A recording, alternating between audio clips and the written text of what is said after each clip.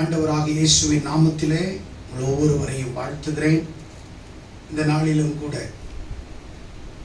யோபுவினிடத்திலிருந்து நாம் கற்றுக்கொள்ள வேண்டிய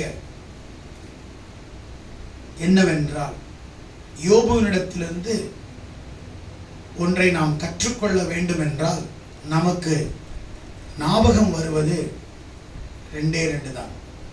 ஒன்று பாடுகள், இன்னொன்று பொறுமை. யோபு புஸ்தகத்தில் யோபுனுடைய வாழ்க்கையிலிருந்து ரெண்டு காரியங்களை கற்றுக்கொள்ளலாம். ஒன்று யோபுவின் பாடுகள், இன்னொன்று யோபுவின் பொறுமை. இந்த யோபு பாடுபட்டார்னு நிறைய யோபுவை குறித்து பாடுகளை மட்டும்தான் பேசுவார்கள். ஆனால் யோபுக்கு இருந்த பொறுமையை யாரும் பேசினதே கிடையாது.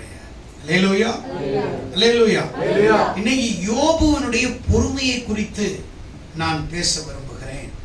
ஆகையால் யோபுவின் புஸ்தகத்தை 3 பகுதிகளாக நாம் பிரிச்சுக்கணும்.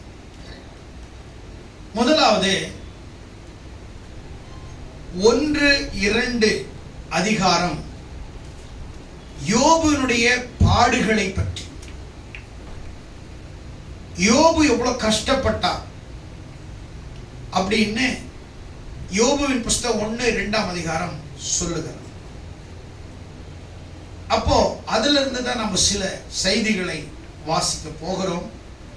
இந்த 1-2 அதிகாரத்துல யோபுவினுடைய எவ்வளவு அவஸ்தைப்பட்டார், யோபு எவ்வளவு அவஸ்தைப்பட்டார் அப்படின்னா 3 காரியம். ஆஸ்தியை இழந்தார்,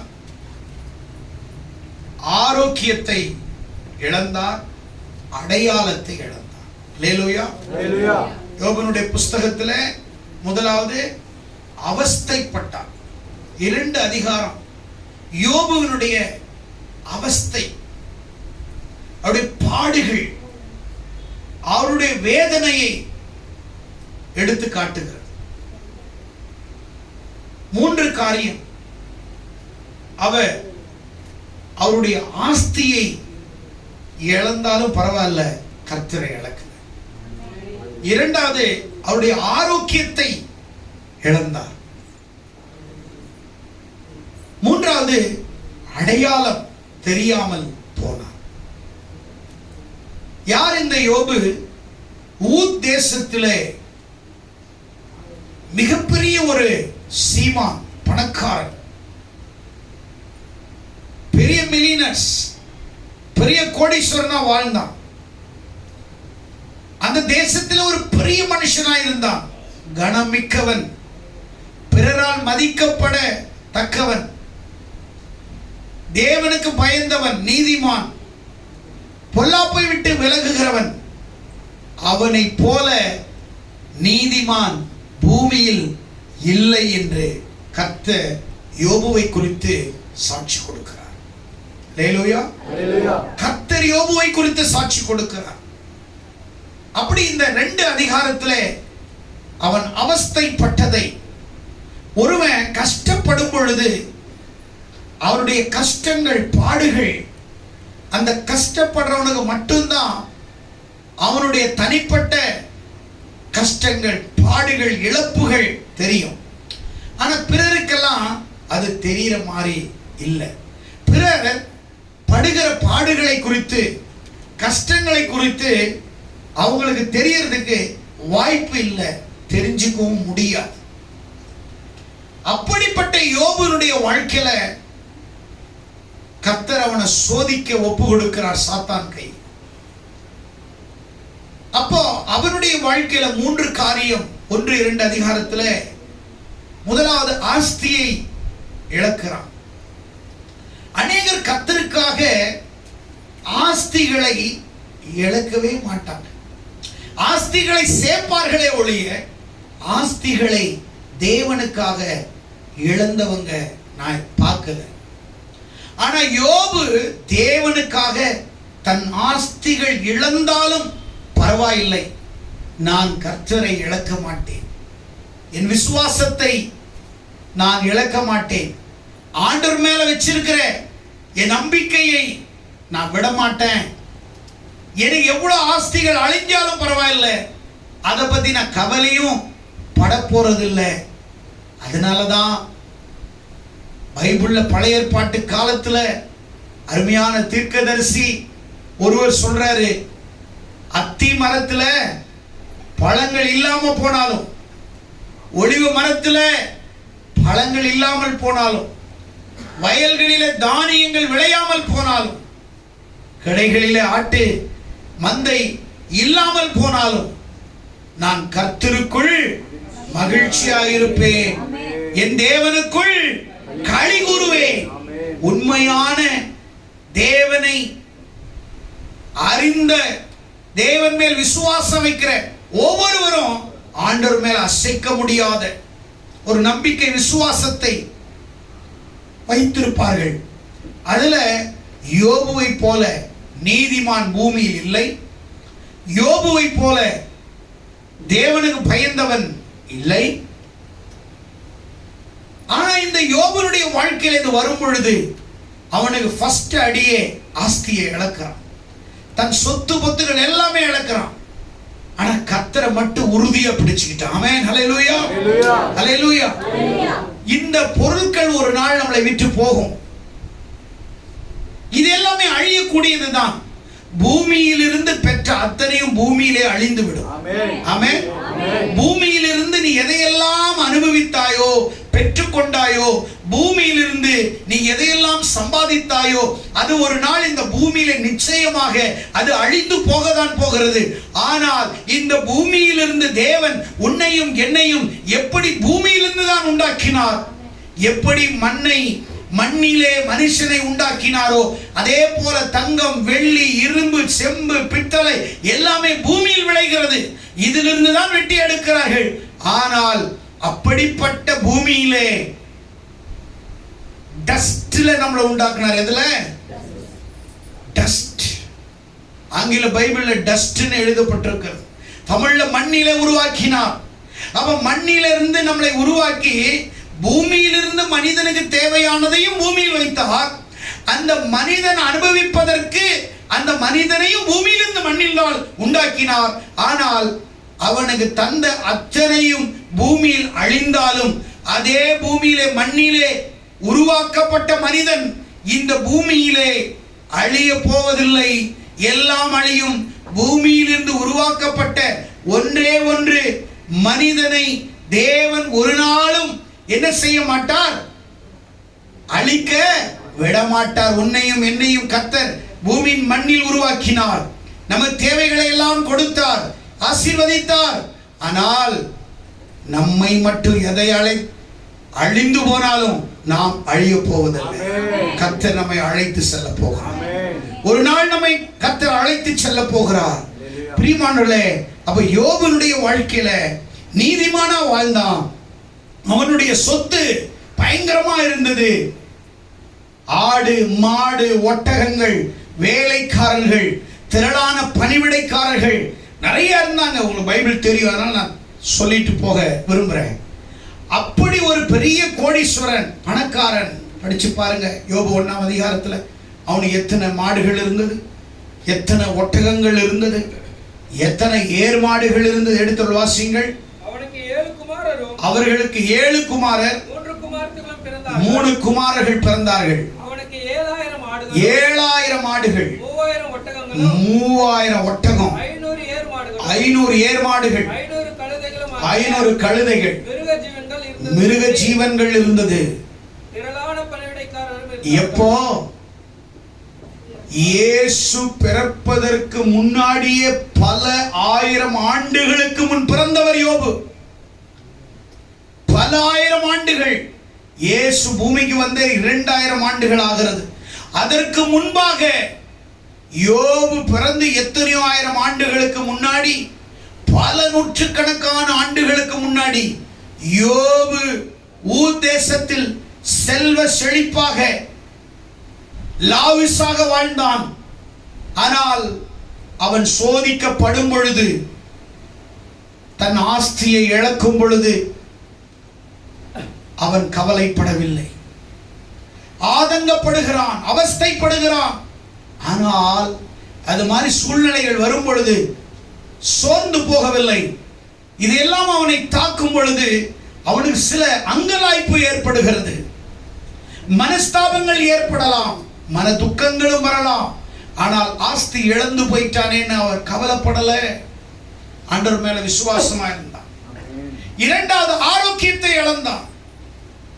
என்ன ஆரோக்கியம்? உங்களுக்கு எல்லாம் ஒரு சின்ன ஜபம், ஒரு இந்த சபைக்கு வர்றதுக்கு உங்களுக்கு எவ்வளவு ஜபம் பண்ணாலும் நீங்க சபைக்கு வர்றது கிடையாது.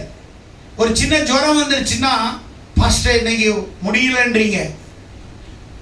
உனக்கு ஒரு சின்ன பலவீன சரீரத்தில்னா சபைக்கு வர முடியல அப்படின்னு நீங்க சொல்றீங்க.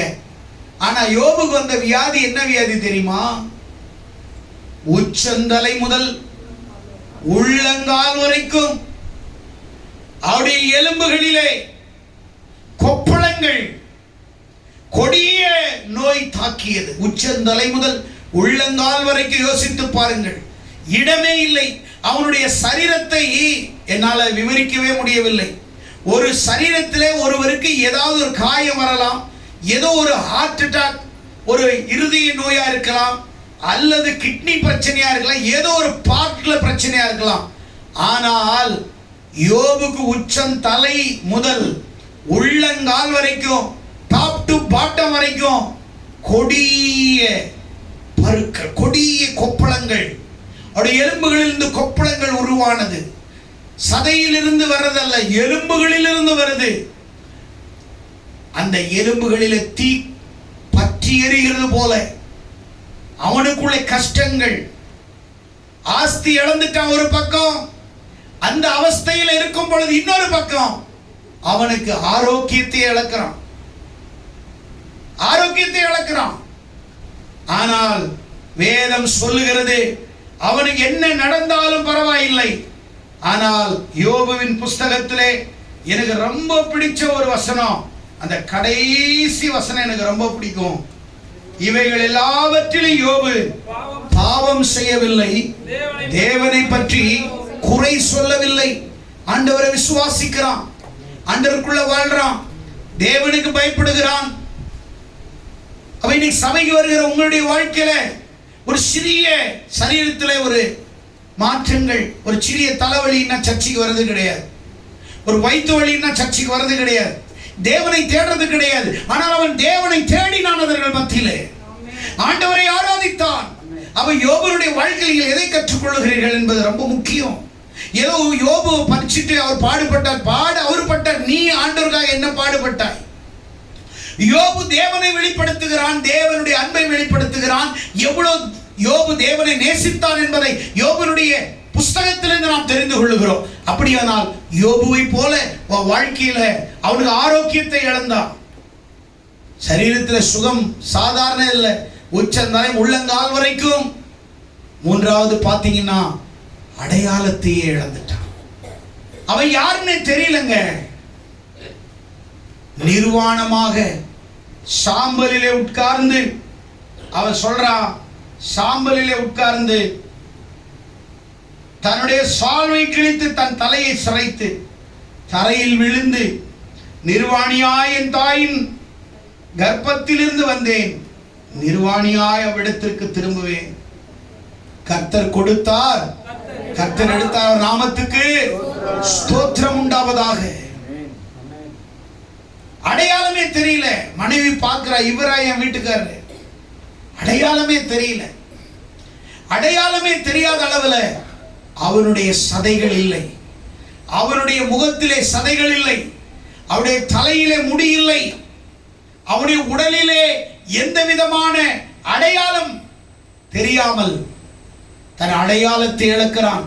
யோபு யார் என்று தெரியவில்லை, யோபுனுடைய முகம் தெரியவில்லை, யோபுனுடைய சரீரத்தின் அச்சி அடையாளங்கள் தெரியவில்லை. ஏதோ ஒரு இரு எலும்பு கூடு அங்கே உட்கார்ந்து கொண்டிருக்கிறது. தரையிலே அவனுடைய ஒரு ஓட்டை எடுத்து சுரண்டி கொண்டு அவன் அந்த இடத்திலே ரத்தம் வழிய வழிய ஆண்டவரை துதித்துக் கொண்டே இருக்கிறான், ஆண்டவரை ஆராதித்துக் கொண்டே இருக்கிறான், ஆண்டவரை மகிமைப்படுத்திக் கொண்டே இருக்கிறான். பிரியமானவர்களே, உங்க வாழ்க்கையில ஒண்ணு தெரிஞ்சுக்கோங்க, உங்க வாழ்க்கையில எத்தனை போராட்டங்கள், சோதனைகள், எத்தனை பிரச்சனைகள் வந்தாலும் நீங்கள் நிற்கிறீர்களா? உறுதியாக உங்களால் நிற்க முடியுமா? சபையில உங்களை கொஞ்சம் சிட்டா பேசினா உங்களால நிற்க முடியல. ஒரு சபையில, ஒரு பூமிக்குரிய கூடாரத்திலே உங்களால ஸ்டாண்டர்டா உட்கார முடியும். அப்ப எப்படி நீங்க பரலோகம் போக போறீங்க? எப்படி நீங்க ஆண்டவருக்காக நிக்க போறீங்க? ஒரு சிறிய ஒரு காரியத்தை உனக்கு சொல்லி கொடுத்தாவே உன்னால ஏற்றுக்கொள்ளுகிற மனம் இல்லையே. அப்போ இது மாதிரி யோபுவை போல உன் வாழ்க்கையில வந்துச்சுன்னா நீ ஆண்டவரை ஆராதிப்பியா? ஆண்டவரை நீ துதிப்பியா? ஆண்டவருக்காக நிப்பியா? வாழ்க்கையில 1-2 அதிகாரத்துல 3 காரியம். 1, ஆஸ்தியை இழந்தான். 2வது, ஆரோக்கியத்தை இழந்தான். 3வது, அடையாளமே தெரியல, யாருன்னே தெரியல. எப்பா யாருப்பா நீனே? நான் தான் பாஸ்டர், உங்களுக்கு தெரியாதா? அப்பா அடையாளமே தெரியாம இருக்கிறியே. ஒரு சிறிய சரீரத்துல மாற்றங்கள் வந்தாவே நம்ம சொல்லலாம். ஆனா அவனுடைய சரீரத்துல எல்லாமே காணாம போயிடுச்சுங்க. எலும்பும் தோலுமா நிற்கிறான். மனைவி அடையாளம் தெரியல, அந்த ஊர்ல இருக்கிறவங்க யாருன்னே அடையாளம் தெரியல. ஆனாலும் அவன் அவஸ்தைப்பட்டான், ஆண்டவரை குறை சொல்லவில்லை. அவன் ஆஸ்தியை இழந்தான், ஆண்டவரை குறை சொல்லவில்லை. அவன் ஆரோக்கியத்தை இழந்தான், ஆண்டவரை குறை சொல்லவில்லை. பைபிள் ஒரு வசனம் இருக்குது, பலவீனன் தன்னை பலவான் என்பானாக. பலவீனன் கிறிஸ்துவுக்குள்ள நான் பலவான் என்று சொல்ல வேண்டும். ஹல்லேலூயா, ஹல்லேலூயா. நான் வீக் தான், ஆனா in Christ I am strong. நான் கர்த்தருக்குள்ள நான் பலவான், நான் ஆரோக்கியமானவன். ஹல்லேலூயா. வாழ்க்கையில ஒன்றை நான் சொல்ல விரும்புகிறேன். யோபுனுடைய வாழ்க்கையில பாடுகளை மட்டும் பேசக்கூடாது. அந்த யோபுனுடைய வாழ்க்கையில நான் பொறுமையை குறித்து பேசிக் கொண்டிருக்கிறேன். அவன் பாடுபட்டான், ஆனால் அந்த பாடுகளிலே அவன் எப்படி இருந்தான்? பொறுமையா இருந்தான். சப்ஜெக்ட் அதுதான், பொறுமையா இருந்தான்.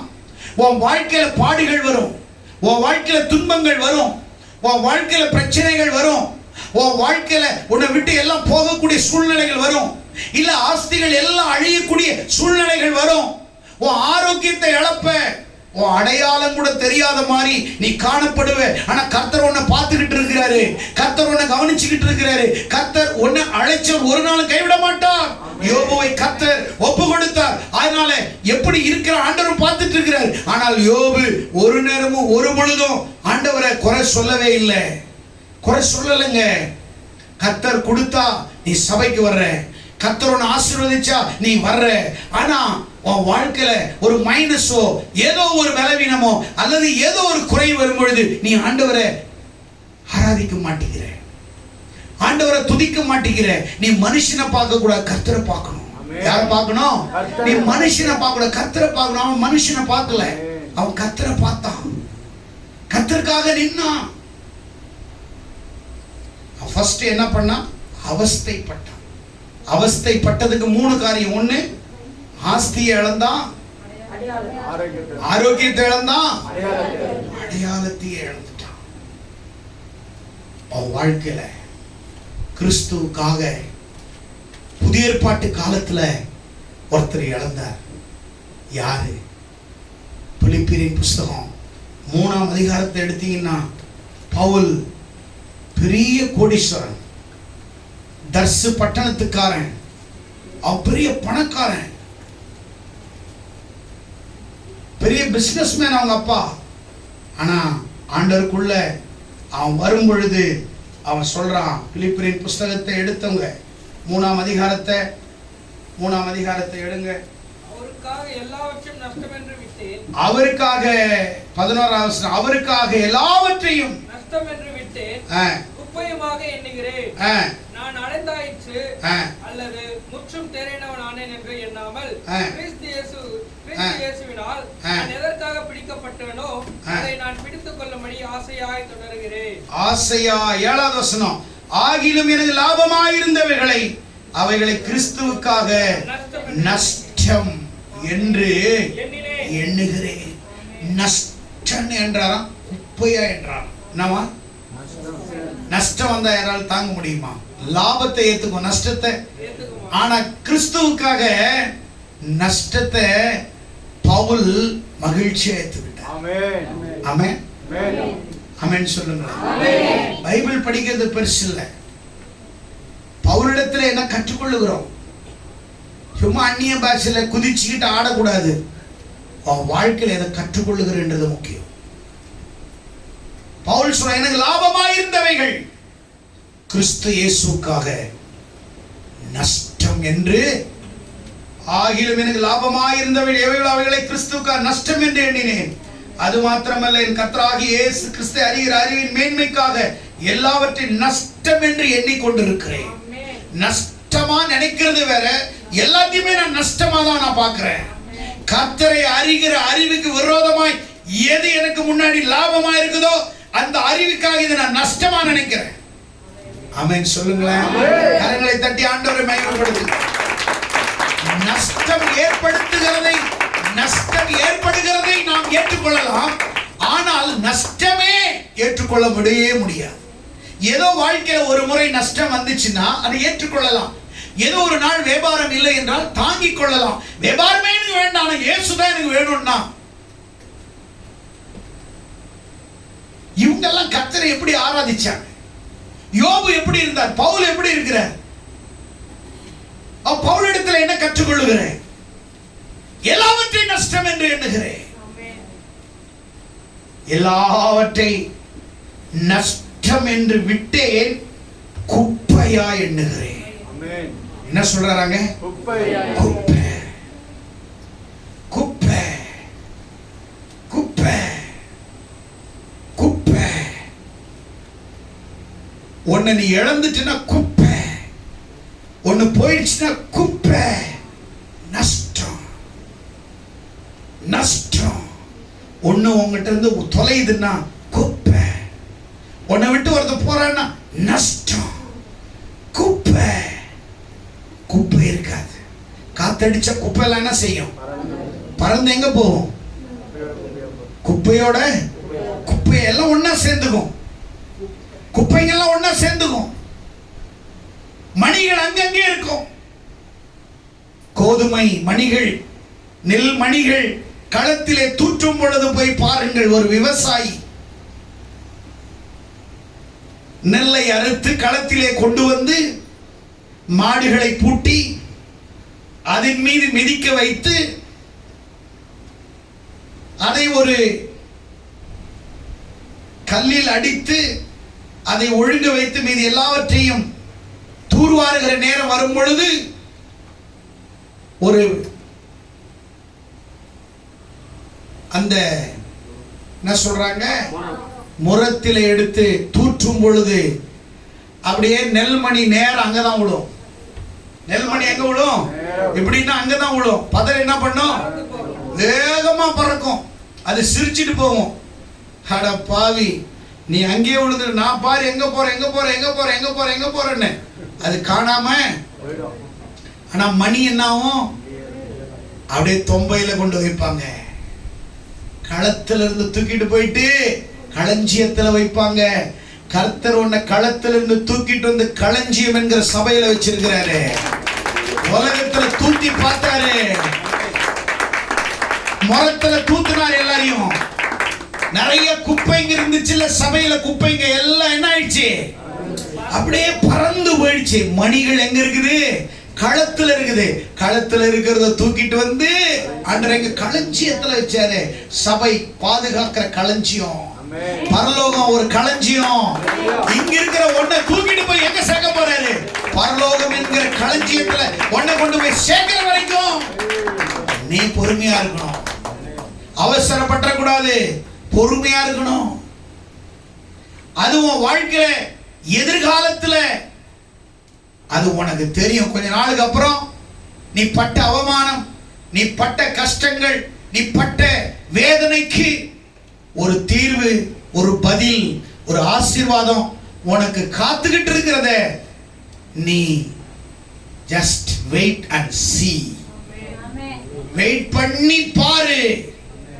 கர்த்தர் பெரியவர். God is great. கடவுள் உனக்கு பெரிய காரியங்களை செய்வார். அவர் உனக்காக பெரிய காரியத்தை செய்ய வைத்திருக்கிறார். யோபு சொல்றான், இயேசுக்காக எனக்கு லாபமா இருக்குத நஷ்டம்னு நினைக்கிறேன். சரி, ஓகே, கர்த்தருக்காக நஷ்டம்னு நினைச்சிட்டு வர தேவனை அறிகிற அறிவுக்கு விரோதமா இதெல்லாம் நான் குப்பை நஷ்டமா என்றேன். அல்லேலூயா. அந்த கெத்து வருமா உங்களுக்கு? கரேஜ் இருக்குதா? தைரியம் இருக்குதா? இந்த நம்பிக்கை இருக்குதா? மார் தொட்ட முடியுமா? ஆண்டவருக்காக இதெல்லாம் இழந்தாலும் யோபுவை போல என் சொத்து ஆஸ்தி எல்லாம் போயிடுச்சு. ஒட்டகம், ஆடு, மாடு, வேலைக்காரன், ஏர்மாடு எல்லாம் போயிடுச்சு. ஆஸ்தி இழந்துட்டான். ஆனாலும் கர்த்தரை ஆராய்ச்சிட்டே இருக்கிறான். ஆண்டவர் ஆராய்ச்சிட்டே இருக்கிறான். எல்லாம் இழந்தாலும் நீ கர்த்தரை இழக்காம இருக்கிற இல்லையா, அதுதான் உனக்கு சிறந்த ஆசீர்வாதம். இதெல்லாம் திரும்ப வரும். ஆனா கர்த்தர் நீ இழந்துட்டு முடிஞ்சிருச்சு, உன் கதையை முடிஞ்சிருச்சு. இவையெல்லாம் இழந்தாலும் கர்த்தரை நீ இழக்க வேண்டாம். இதை பூமியிலிருந்து உனக்கு எப்பவும் தர அவர் ஆயத்தம் உள்ளவராயிருக்கிறார். அழிந்து போகிறதை அல்ல, அழியாததை தேவன் உனக்கு வைக்கிறார். உனக்குன்னு ஒரு ஆசீர்வாதத்தை கர்த்தர் வைக்கிறார். உனக்குன்னு ஒரு ஆசீர்வாதத்தை ஆண்டவர் ஏற்படுத்துகிறார். அதை நீ மறைக்க கூடாது. யோபுடைய வாழ்க்கை அதுதான். எல்லாம் போயிடுச்சு. மனைவி வந்து சொல்லு, போயிடுச்சு. சோத்திரம், சோத்திரம், சோத்திரம், சோத்திரம், சோத்திரம். உன்னால ஒரே ஒரு இழப்பு கர்த்தருக்காக உன்னால இழக்க முடியல. ஒரு ஓட்டியை உன்னால இழக்க முடியல. ஞாயிற்றுக்கிழமை ஒரு வேலையை உன்னால இழக்க முடியல. சபைக்காக உன்னை இழக்க முடியல. கர்த்தருக்காக உன்னை இழக்க முடியல உன்னால. அதுதான் என்ன முக்கியம்? பணம் தான் முக்கியம், ஆஸ்தி தான் முக்கியம். இது கிறிஸ்தவம் இல்லை ஐயா, இது கிறிஸ்தவம் இல்லை. கிறிஸ்துவுக்குள் அதனால நீ இழக்கணும்னு ஆண்டவர் சொல்லல. கிறிஸ்துவுக்காக நீ இழக்க வேண்டிய சூழல் வந்தாலும், சூழ்நிலைகள் ஏற்பட்டாலும் நீ ஆண்டவரை இழக்காம இரு. இதெல்லாம் திரும்ப கிடைக்கும். அவரு திருப்பி கிடைக்க மாட்டாரு. இதெல்லாம் இழந்துட்டாலும் அவரை நீ இழந்துராத. அல்லேலூயா, அல்லேலூயா, அல்லேலூயா, அல்லேலூயா. லோத்தின் மனைவி ஆண்டவர் சொன்னார், உலகத்தை திரும்பி பார்க்காத, ஆஸ்தியை திரும்பி பார்க்காத, நான் திருப்பி தந்துருவேன். Don't, not turning back, not turning back. பார்க்காத திரும்பி. லோத்து திரும்பி பார்க்காம வந்தான். லோத்தின் பிள்ளைகள் திரும்பி பார்க்காம வந்தாங்க. ஆனா லோத்தின் மனைவி திரும்பி பார்த்து உப்பு தூணாக மாறினாள். அல்லேலூயா, ஆமென் சொல்லுங்க. ஆமென். எத்தனை பேர் விசுவாசிக்கிறீங்க? நீ உலகத்தை திரும்பி பார்த்தா உப்பு. நீ திரும்பி பார்க்காம ஆண்டவருக்காக நீ வந்தன்னா நீ கர்த்தருக்காக எழும்பி பிரகாசிக்கிறவனாய் நீ மாறு. எத்தனை பேர் விசுவாசிக்கிறீங்க? எத்தனை பேர் விசுவாசிங்க? ஆஸ்தியை இழந்தாலும் கர்த்தரை இழக்கவில்லை. பவுலுடைய வாழ்க்கையில நஷ்டம், குப்பை. நீ ஞாயிற்றுக்கிழமை சர்ச்சைக்கு வரும்போது இன்னைக்கு ஓட்டிக்கா 1000 ரூபாய், ஐயே நஷ்டம், நஷ்டம் வேண்டாம், ஐயே நஷ்டம் அப்படி வரும். என்ன சொல்லணும்? என்ன சொல்லணும்? கஷ்டம், கஷ்டம் கூட நஷ்டம் இல்லை இல்லையா? நம்மளுக்கு கஷ்டம், நஷ்டம் வந்தா நமக்கு கஷ்டம், நஷ்டம் வந்தா உனக்கு இஷ்டமா இருக்கும். எப்படி இருக்கணும்? இஷ்டமா இருக்கணும். அல்லேலூயா. ஞாயிற்றுக்கிழமை இந்த காரை ரிப்பேர் பண்ணீங்கன்னா உனக்கு 25,000, ஐயோ நஷ்டம், எனக்கு நஷ்டம். லாபம்லாம் கிடையாது. என்ன சொல்லக்கூடாது? லாபம்னு சொல்லக்கூடாது. என்ன சொல்ல? நஷ்டம். ஆமென். அல்லேலூயா.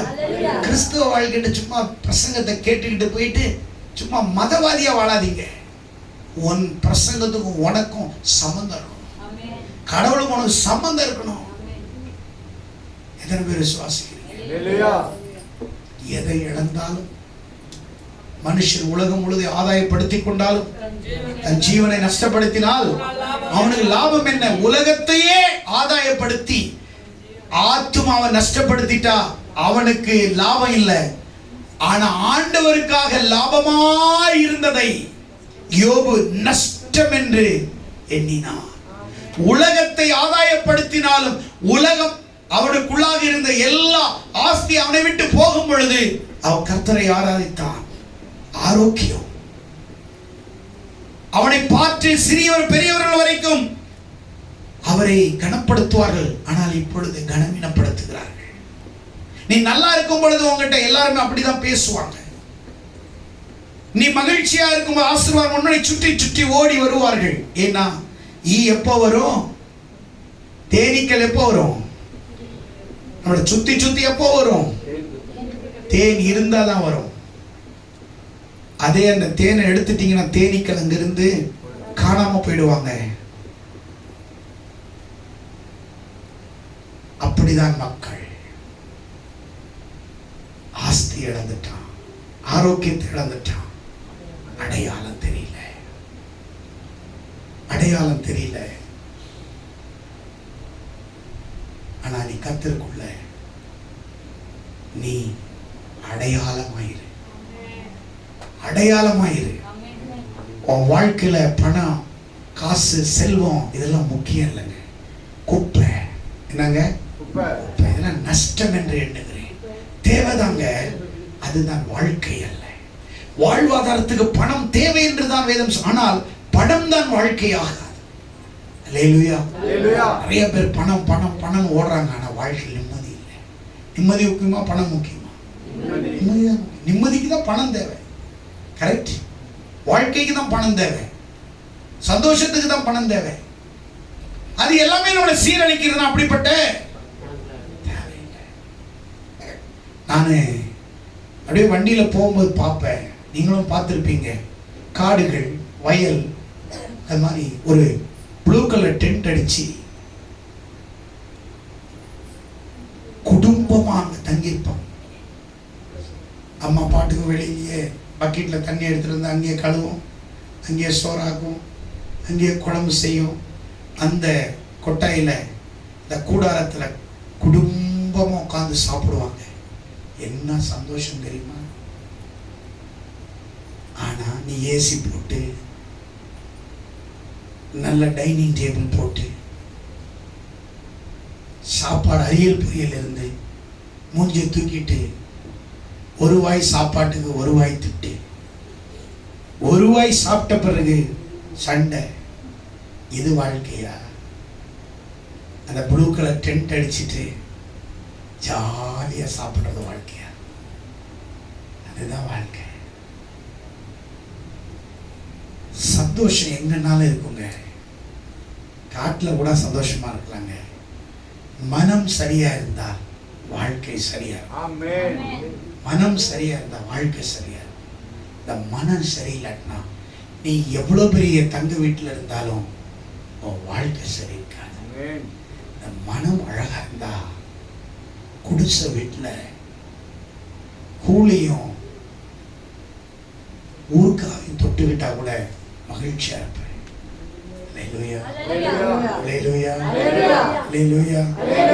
சிறிய வயதிலே கிராமத்திலே எங்க அப்பா ஏர் ஓட்டுவாரு. எங்க அம்மா கூடையில சாப்பாடு, கேவுரு ரொட்டி, அதுக்கு சட்னி, துவையல் எல்லாம் எடுத்துட்டு வருவாங்க. அந்த ஏர் ஓட்டிட்டு அந்த கல்லு மேல சாப்பாடு போட்டா அவங்க கை கழுவிட்டு சாப்பிட்டு அப்படியே அந்த காத்துல சாப்பிட்றத பார்த்தா அவ்வளோ, அது சாப்பிட்றவங்கள பார்த்தாலும் சந்தோஷமா இருக்கும், சாப்பாடு போடுறவங்கள பார்த்தாலும் சந்தோஷமா இருக்கும். நம்ம பக்கத்துல நின்ன ஒரு உருண்டை நமக்கும் சந்தோஷமா இருக்கும். கேவரு ரொட்டியை சாப்பிட்டு நம்மளையும் ஊட்டுவாங்க, சந்தோஷம். இங்க கிறிஸ்தவங்க கோழி காலில் குழம்பு வச்சுக்கிட்டு சாப்பாடு போடும்போது ஜெபம் பண்ணி காலை தேடுறாங்க, தொண்டையை தேடுறாங்க. பாவிங்க. சிக்கன் குழம்பு வச்சுக்கிட்டு, எனக்கு ஒரு அம்மா தெரியும், தேடுவாங்க. என்ன தேடுறீங்க? தொண்டையும் காலையும் தூக்கி போட்டுட்டு கறி தேடுறேன். கறின்னு ஒண்ணு நமக்கு வெறி வருது.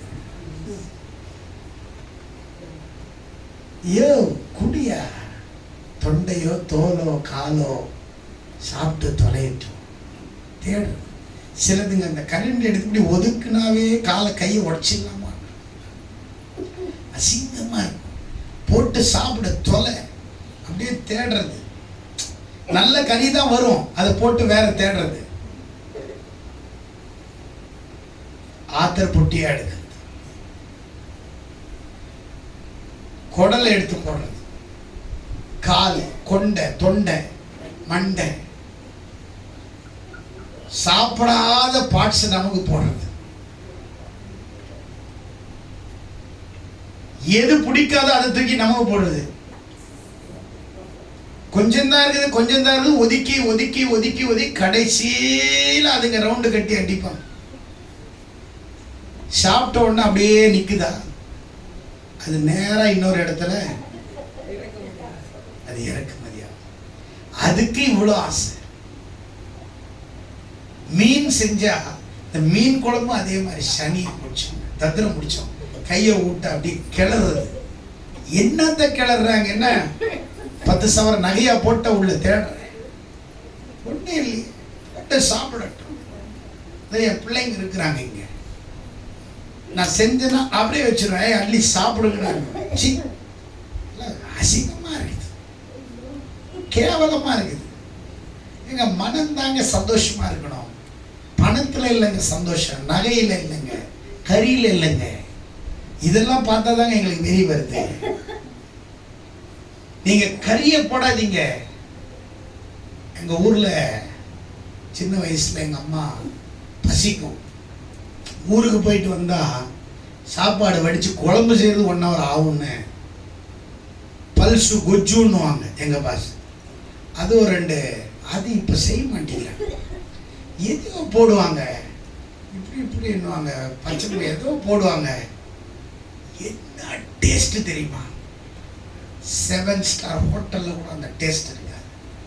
5 நிமிஷத்துல செஞ்சு தட்டில் ஒருத்த நாங்கள் தட்டு எடுத்து சாப்பிடுவோம். எங்க மகிழ்ச்சி எங்க இருக்குது? கிறிஸ்துக்குள்ள இருந்தா நீ மகிழ்ச்சி. ஆமென். மகிழ்ச்சிக்கு பணம் காசு தேவையா? படிப்பு தேவையா? வீடு, மேல வீடு, சின்ன வீடு தெரியுமா? தேவையா? கார் இருந்தா மகிழ்ச்சி வந்துருமா?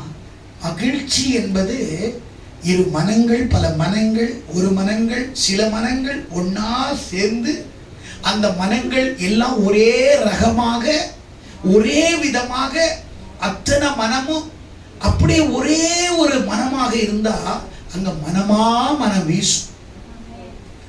அந்த மனம் சரியில்லைன்னா இன்னொரு மனம் அங்க என்ன செய்யும்? வீசும். நிறைய வாழ்க்கையில இன்னொரு மனம் தான் வீசுது, இந்த மனம் வீசுது. வாழ்க்கையில தேவன் யோபுவுக்கு எல்லாத்தையும் இழந்தாலும் கர்த்தரை இழக்கவில்லை. ஆமென். ஹல்லேலூயா, ஹல்லேலூயா, ஹல்லேலூயா. இரண்டாவது 3ஆம் அதிகாரத்துல இருந்து 35ஆம் அதிகாரம் வரைக்கும் அவன் ஆதங்கப்பட்டான். ஃபர்ஸ்ட் என்ன பண்ணாரா?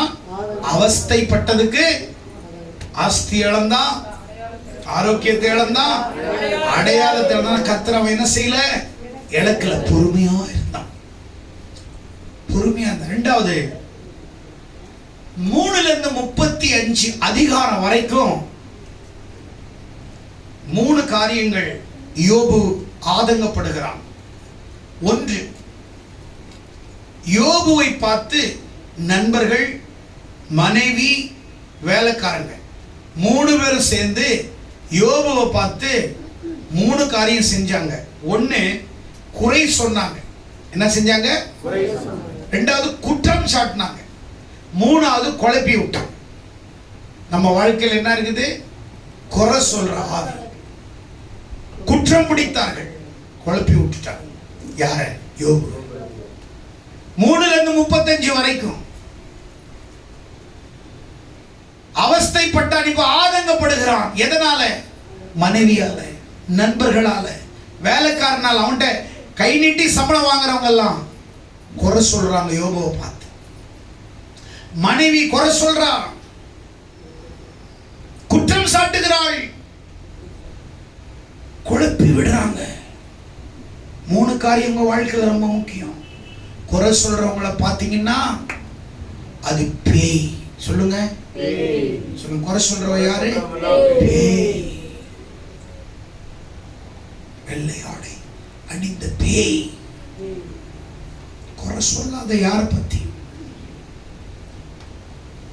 அது உன் வேலை இல்லை.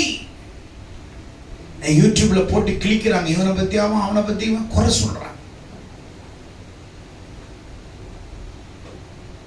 நான் நினைக்கிறேன் யூடியூப் நடத்துறவங்கன்னு ஒரு நரகம் வச்சிருப்பாரு போல. மொத்த பேர் அங்கதான் உட்காந்து அவங்களெல்லாம் ஒரு ஃபர்ஸ்ட் கிளாஸா கட்டியிருப்பார். யாரை பத்தி குறை சொல்லாதது உன் வேலையே இல்லை. குற்றம் சாட்டுறது உன் வேலையே கிடையாது. பூரணமானவன் யாரையும் குறை சொல்ல மாட்டான். குறையா இருக்கிறவன் தான் பூரணமானவனை குறை சொல்லுவான். அது நம்முடைய வேலை இல்லை. அநியாயம் செய்யறவன் இன்னும் பரிசுத்தமா இருக்கிறவன் இதோ நான் சீக்கிரமாய் அவனவனுடைய கிரியைக்கு தக்க பலன் நான் தண்டனை கொடுப்பேன். நீ யார் தண்டனை கொடுக்கிறது? நான் நியாயம் தீர்ப்பேன். நீ யார் நியாயம் தீர்க்கிறதுக்கு? குறைய நான் கண்டுபிடி, நீ யார் குறை கண்டுபிடிக்கிறதுக்கு? உன் கண்ணில் இருக்கிற உத்தரத்தை பாராமல் உன் சகோதரனுடைய கண்ணில் இருக்கிற துரும்பை. உன் கண்ணு துரு பிடிச்சிருச்சு, உன் கண்ணை பார்க்க மாட்டேங்கிற. துரு பிடிச்ச கண்ணு துரு விழுந்த கண்ணை பார்த்து சொல்ற உன் கண்ணுல என்ன இருக்குது? ஆனா இவன் கண்ணு துருவே பிடிச்சு கிடக்குது. ரெண்டு கண்ணும் கண்ணு ரெண்டு என்ன இருக்குது? துரு பிடிச்சிருக்குது. அவன் கண்ணுல இருக்கிற அந்த துருவம் பிடிச்சத இல்ல, தூசி கிடையாதுப்பா, துருவம் பிடிச்சிருச்சு. ஃபுல்லா துரு பிடிச்சிருச்சு. அதை கிளீன் பண்றது பல ஆயிரம் ஆண்டுகள் ஆகும். ஆனா ஒரே ஒரு தூசி இன்னொருத்தன் கண்ணை பார்த்து, சார் உங்க கண்ணுல தூசி. சார் என் கண்ணுல தூசி தான். உன் கண்ணு ரெண்டுமே துரு பிடிச்சிருச்சு. நான் கழுவுனா போயிடும், வந்து கழுவுனாலும் போகாதே. துரு பிடிச்ச உங்க கண்ணுக்கு தான் எல்லாமே துரும்பா தெரியும். எப்படி எப்படி தெரியும்? மஞ்ச காமால வந்தவனுக்கு மஞ்ச காமால கண்ணு எல்லாம் பாக்குறவங்க எல்லாம் மஞ்சளா தான் தெரியும். கரெக்டா? யார பார்த்தாலும் மஞ்சளா தெரியுது. இவனுக்கு மஞ்சள் கண்ணு, பாக்குறவங்க மஞ்சளா இருக்குது. எல்லாமே மஞ்சளா தெரியும். இருண்டவன் கண்ணுக்கு, அரண்டவன் கண்ணுக்கு இருண்டதெல்லாம் பேய். உன் கண் பரிசுத்தமா இருந்தால் உன் சரீரம் பரிசுத்தமா இருக்கும். சரீரத்தின் விளக்கு கண் அல்லவா? இவங்க குறை கண்டுபிடிக்கிறாங்க. என்ன குறை கண்டுபிடிக்கிறாங்க? மனைவி, வேலைக்காரங்க, நண்பர்கள் அகைன்ஸ்ட் ஆயிட்டான். பொண்டாட்டி விரோதமாயிட்டா. போய் வேலைக்காரன் சம்பளம் வாங்கி இவன் சாப்பாடு வாங்கி இவன் கொடுக்கிற சம்பளத்தை வாங்கி சாப்பிடுறான். அவனும் குறை கண்டுபிடிக்க ஆரம்பிச்சிட்டான். குறை சொன்னார்கள், குற்றம் பிடித்தார்கள், அவனை குழப்பி விட்டார்கள். மனைவி சொல்றா, குழப்பறா, தேவனை விட்டு, ஐயோ தேவனை விட்டு. உன்னையும் நிறைய பேர் குழப்புவாங்க. ஓசனா போறியா, ஓசனை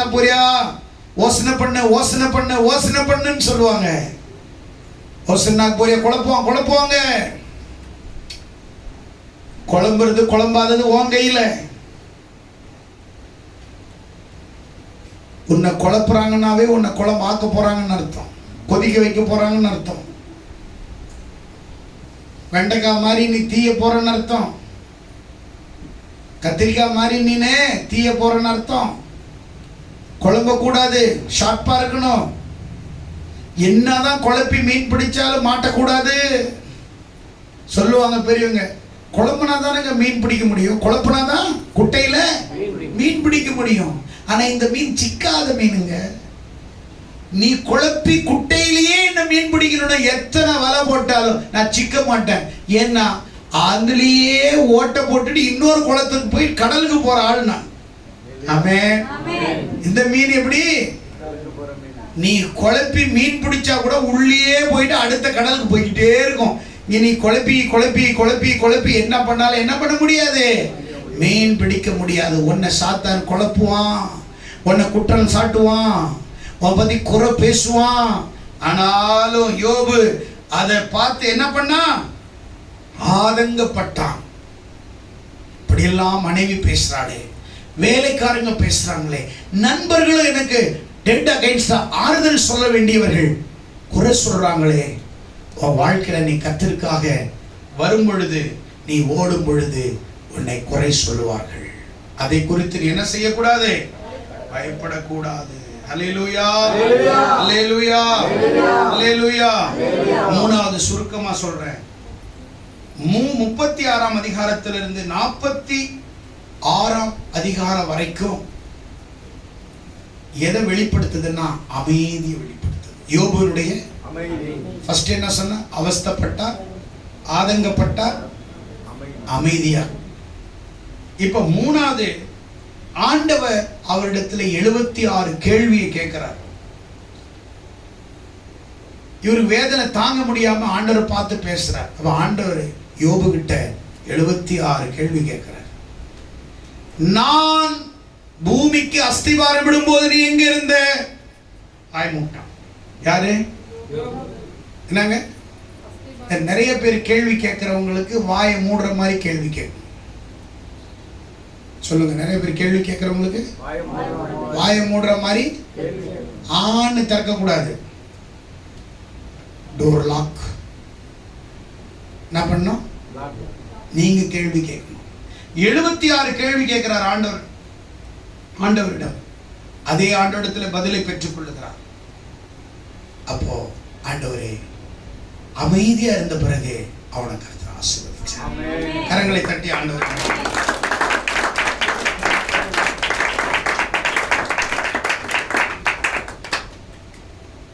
நல்லவனா இருந்தான், நம்பிக்கையா இருந்தான், நன்றி உள்ளவனா இருந்தான். யோபு எப்படி இருந்தாரு? நம்பிக்கையோட இருந்தாரு, நன்றி உள்ளவனா இருந்தாரு, அமைதியான சைலண்ட் ஆன பிறகு இப்ப எடுத்து படிங்க. யோபு 42ஆம் அதிகாரம். யோபு 42 ஃபர்ஸ்ட் வாசிங்க. அப்பொழுது யோபு கர்த்தருக்கு பிரதித்திரமாக, தேவரீர் சகலத்தையும் செய்ய வல்லவர், செய்ய நினைத்தது தடைபடாது என்பதை அறிந்திருக்கிறேன். கர்த்தர் செய்ய நினைத்தது தடைபடாது. கரங்களை தட்டி ஆண்டவரை மகிமைப்படுத்துவோம்.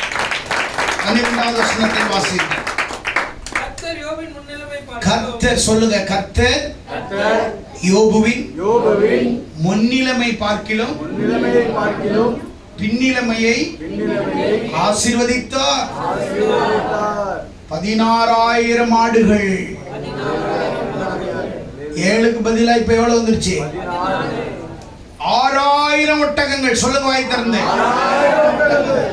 1000 ஏர்மாடுகள், 1000 கழுதைகள் அவனுக்கு உண்டாயிற்று. வாயை திறந்து சொல்லுங்க, அவனுக்கு உண்டாயிற்று. எல்லாம் எழுந்து நில்லுங்க. 7 குமாரரும். சத்தமா சொல்லுங்க, 7 குமாரரும் 3 குமார்த்திகளும் அவனுக்கு பிறந்தார்கள்.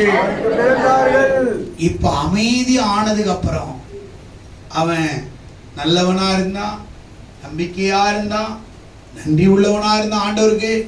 இப்போ 42 கடைசியில அமைதிக்கு ஆண்டவர் கொடுத்த பரிசு ஆசீர்வாதம். அந்த ஆசீர்வாதம் டபுள் டபுள் டபுள் மடங்கு.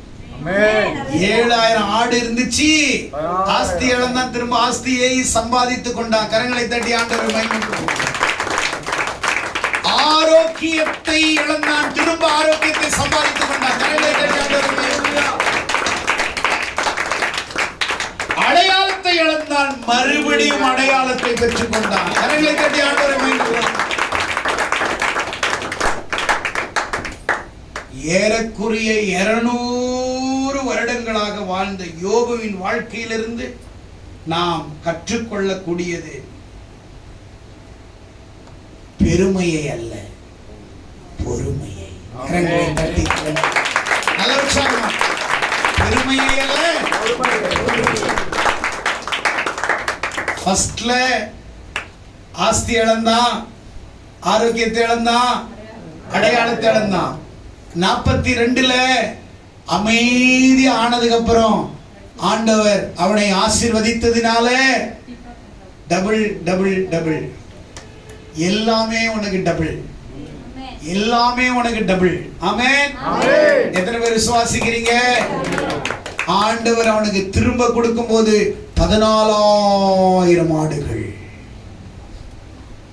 அவனுக்கு திருப்பி கொடுக்கும் பொழுது 6,000 ஒட்டகம், 1000 ஏர்மாடுகள், திரளான பணிவிடைக்காரர்கள், திரும்ப 7 பையன், 3 பொண்ணு, இழந்த 10 குழந்தையும் ஆண்டவர் கொடுத்தாரு. அவனை கர்த்தர் தேசத்துல உயர்த்தினாரு, ஆசீர்வதிச்சாரு. அமைதிக்கு பின் கர்த்தர் அவனை ஆசீர்வதித்தார். ஏன் என்று கேள்வி கேட்காதே. இழக்கும் பொழுது அமைதியாயிரு. ஆரோக்கியத்தை இழக்கும் போது ஏன் என்று கேட்காதே, அமைதியாயிரு. அடையாளத்தை இழக்கக்கூடிய சூழ்நிலை வந்தால் அமைதியாயிரு. ஆஸ்தி இழக்கக்கூடிய சூழ்நிலை வந்தால் அமைதியாயிரு. திரும்ப திரும்ப திரும்ப தந்துருவா. ஹல்லேலூயா, ஹல்லேலூயா. எல்லாம் இழந்தானோ அவருடைய குணங்களை அவன் இழக்கவே இல்லை. பழமொழி சொல்வார்கள், health is loss, something is loss. Wealth is loss, nothing is loss. But character is loss, everything is loss. ஹல்லேலூயா. யோபுவின் வாழ்க்கை குணத்தை மட்டும் இழக்கவில்லை, எல்லாத்தையும் இழந்தாலும் ஆரோக்கியத்தை இழந்தான். Something, wealth, nothing, character very important. ஆண்டவர் வெல்த்தை பார்க்கல, ஹெல்த்தை பார்க்கல, கேரக்டர். கரங்களை தட்டி ஆண்டவர், கரங்களை தட்டி உற்சாகமாய் ஆண்டவர் வாழ்க்கையில ஏசப்பா சொல்றார். யோபுவின் புஸ்தகம் 3 பகுதியாக பிரிக்கிறார். 1 to 2 அவஸ்தைப்பட்டார், 3 to 36 வரைக்கும் ஆதங்கப்பட்டார். என்ன பண்ணாரா? ஆதங்கப்பட்டார். அடுத்தது 36 to 41 வரைக்கும் அமைதி. ஃபர்ஸ்ட் இழந்ததை லாஸ்ட்ல பெற்றுக்கொண்டான். எல்லாம் திரும்ப கிடைச்சிச்சு. உங்க வாழ்க்கையில கிடைக்கிற நாள், உங்க வாழ்க்கையில திரும்பி கர்த்தர் கொடுக்க போறார். எத்தனை பேர் விசுவாசிக்கிறீங்க? யாரெல்லாம் இழந்துட்டீங்க, ஆரோக்கியத்தை இழந்தவங்க, திரும்ப உங்களுக்கு ஆரோக்கியம் கிடைக்கும் போது எத்தனை பேர் விசுவாசிக்கிறீங்க? அடையாளத்தை இழந்துட்டீங்க. உன்னை பார்த்து கேவலமா பார்க்கறாங்களா? உன்னை பார்த்து ரவுடியை பார்க்கறாங்களா? பொறுக்கிய பார்க்கறாங்களா? கெட்டவளை பார்க்கறாங்களா? கெட்டவனை பார்க்கறாங்களா? அடையாளம் தெரியாம இருக்குன்னு பார்க்கறாங்க. நோ, உனக்கு ஒரு அடையாளத்தை கர்த்தர் காட்ட போறார். ஆமென். உனக்குன்னு ஒரு தனித்துவத்தை ஆண்டவர் கொடுக்க போறார். எத்தனை பேர் விசுவாசிக்கிறீங்க? எத்தனை பேர் நம்புறீங்க? சொல்லுங்க, ஆண்டவர் திரும்ப எனக்கு கொடுப்பார், திரும்ப கொடுப்பார். வாயை தரங்க ஐயா. திரும்ப என்ன ஆண்டவர் என்னை ஆசீர்வதிப்பார், திரும்ப என்னை ஆண்டவர் ஆசீர்வதிப்பார். நல்ல கரங்களை தூக்கி சொல்லுங்க, கர்த்தர் திரும்ப என்னை ஆசீர்வதிப்பார். நான் இழந்தவைகளை தரப்போகிறார். என் கர்த்தர் எனக்கு எல்லாவற்றையும் செய்வார். அவர் செய்ய நினைத்தது ஒன்றும் தடைபடாது.